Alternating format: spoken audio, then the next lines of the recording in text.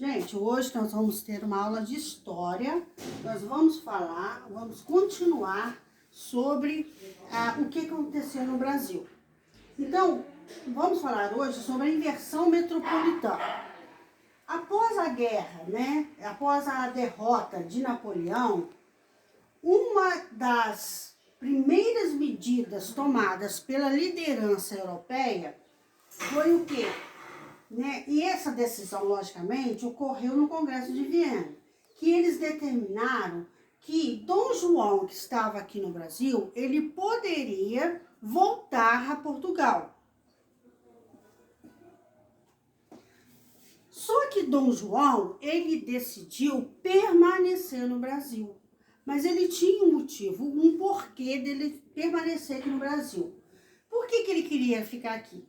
Porque assim ele poderia ficar distante daquele clima de insatisfação que tomava conta de Portugal, porque as pessoas lá estavam insatisfeitas.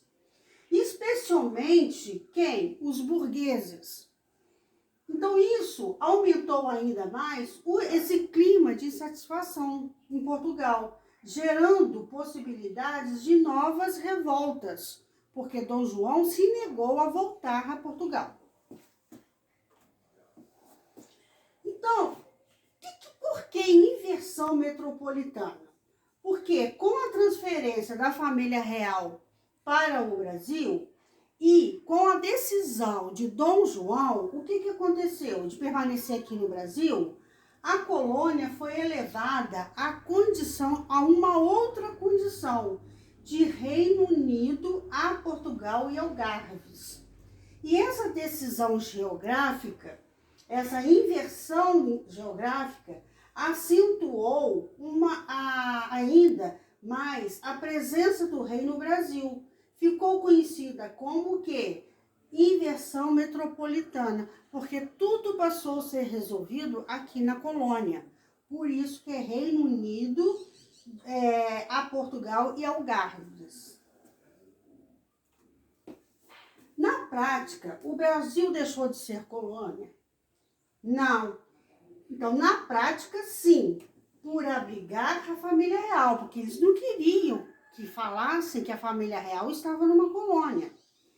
Então, toda a administração real passou a ser o centro político do Império Português. Por isso que passou a ser chamado a Reino Unido, por causa que eles não queriam permanecer, ficar numa colônia. E também a administração toda ficou centrada aqui no Brasil. Teve a Revolução Pernambucana, em 1817. A Corte do Rio tinha frequentes e muita necessidade de dinheiro. Então, então precisava de dinheiro. Então, nos seus embaraços, o tesouro sacava antecipadamente sobre os erários das províncias do norte, sem levar em conta se eles podiam pagar esses saques. Então, eles faziam essas negociações sem perguntar. Então, isso, os governadores tinham, contudo, ordens estritas para honrar essa questão da dívida, essa questão de todos aqueles gastos que eles tinham. Então, o principal problema relacionado à corte foi o quê? Foi os tributos que a corte cobrava, que a corte portuguesa cobrava, para tentar conter seus gastos, porque a nobreza vivia às custas, da população. Então, eles tinham que pagar altos tributos para custear toda aquela sua vida, todos os seus privilégios, os seus luxos. Então, teve a Revolução Pernambucana, que as causas desse movimento foram a seca de 1816, a presença maciça dos portugueses na administração pública e a influência das ideias iluministas. Então, essas três causas fez com que aumentasse, que surgisse esse movimento de Revolução Pernambucana. E quais foram as consequências dessa revolução para os participantes do conflito de 1817? O que aconteceu com esses participantes? A revolta foi fortemente reprimida, muitos líderes foram presos e alguns foram executados. E a Revolução Liberal do Porto? Em 1820, muitos historiadores eles observaram na Revolução Liberal do Porto um caráter contraditório. Como assim? Eles defendiam o liberalismo para Portugal. Eles queriam o quê? Eles lutavam contra o absolutismo real. Mas, em contrapartida, eles condenavam o liberalismo para o Brasil. Eles defendiam para Portugal e condenavam para o Brasil. Então, eles queriam o quê? Uma constituição para o Brasil, porque eles tinham o objetivo de recolonizar o Brasil. Que o Brasil deixou de ser uma colônia, aí eles queriam recolonizá-lo. Então, podemos afirmar que o movimento de 1820 foi contrário às ideias liberais no Brasil? Sim. Por quê? Porque uma das principais exigências dos revolucionários portugueses era o quê?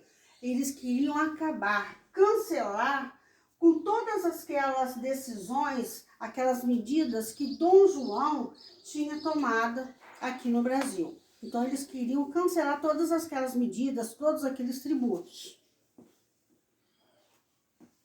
A Revolução teve início em uma cidade chamada Porto. E esse movimento teve uma relação entre a economia da cidade e a Revolução. Como assim? A cidade do Porto, ela vivia basicamente do comércio marítimo. E esse comércio marítimo era beneficiado pelo sistema colonial. As medidas de Dom João, ele acabou com o impacto colonial. Quando ele acabou com o impacto colonial, ele arruinou com os comerciantes portugueses. Que esses comerciantes portugueses, eles eram apoiados pelos setores da sociedade. Então, quando ele acabou com esse pacto colonial, aí eles deram início à Revolução de 1817. A independência sem revolução. Antes de 1822, a independência do Brasil, em relação à metrópole, ainda era uma ideia estranha. Por que era uma ideia estranha?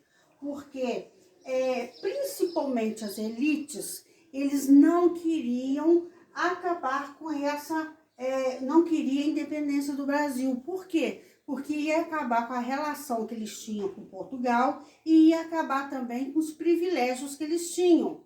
Então, eles não queriam a independência do Brasil. E também tinha o temor, eles temiam o quê? Uma guerra civil.